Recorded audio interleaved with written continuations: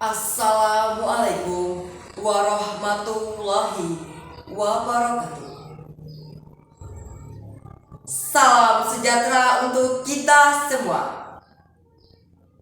Om Swastiastu, Nama Budaya, salam kebajikan. Yang saya hormati Bapak Ibu Dewan Juri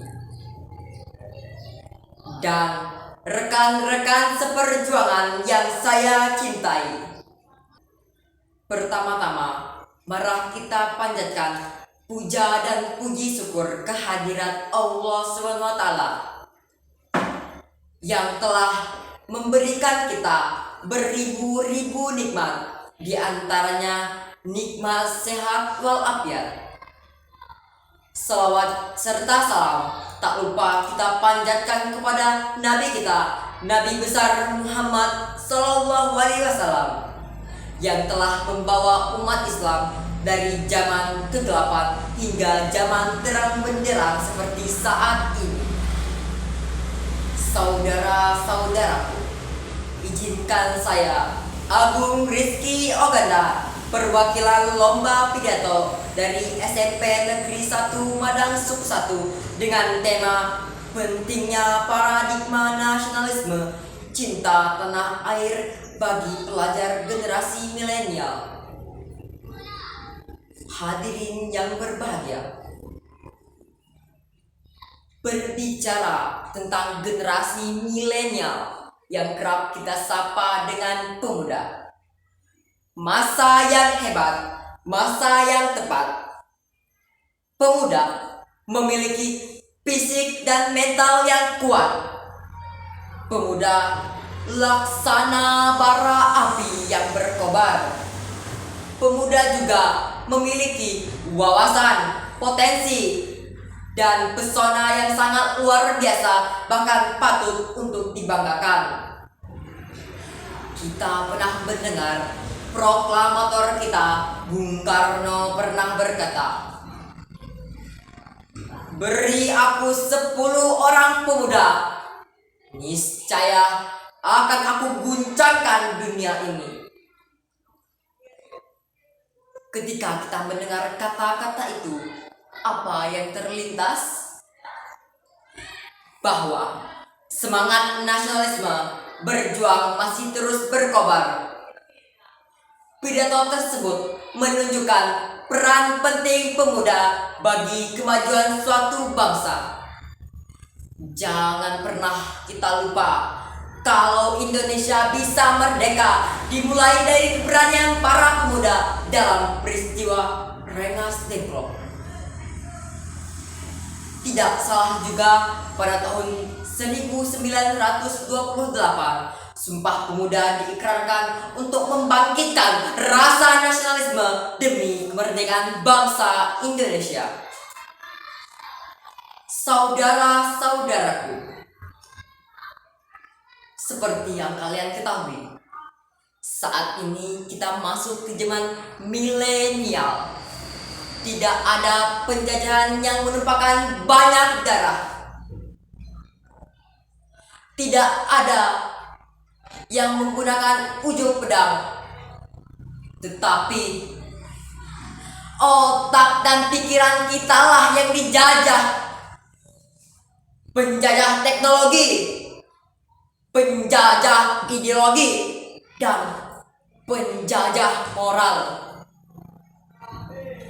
Jika kita sebagai kaum milenial tidak sadar bahkan terlena dengan segala bentuk penjajahan, jangan harap kita akan menguncangkan dunia seperti apa yang diucapkan oleh Bung Karno. Saudara-saudaraku yang berbahagia,